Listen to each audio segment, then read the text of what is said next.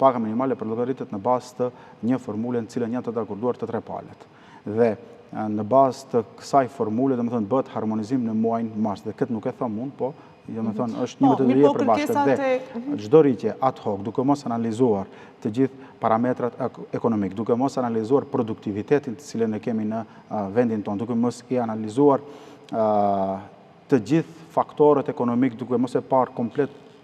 figurën e përgjithshme, do të sjellë në krizë të re, sepse do të ketë presion ndaj mikrokompanive dhe kompanive të vogla të cilet apo bizneseve familjare të cilët do të detirohen shkaku i rritjes së pagës minimale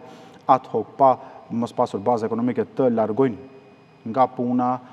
punëtor, po ashtu do të ketë edhe rritje direkte tek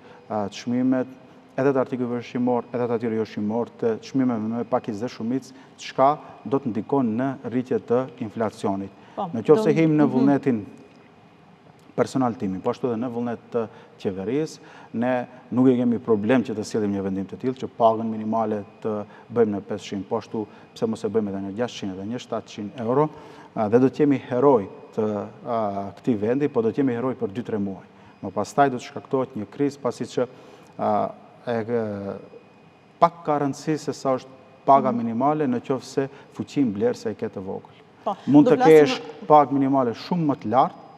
dhe fuqia mbledhëse të jetë shumë e vogël. Po ashtu, edhe në vendet e rajonit, nga vendet e rajonit që i kemi shtetet fqinje, unë e kam përmendur dhe janë argumentet të cilet janë të nxjerrura nga Eurostati, ku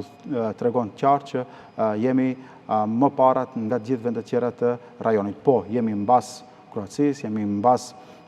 Slovenisë, vendeve të Polonisë, vendeve tjera të cilet kanë zhvillim më të madh ekonomik, por ama nga rajoni kemi pagë minimale më të lartë.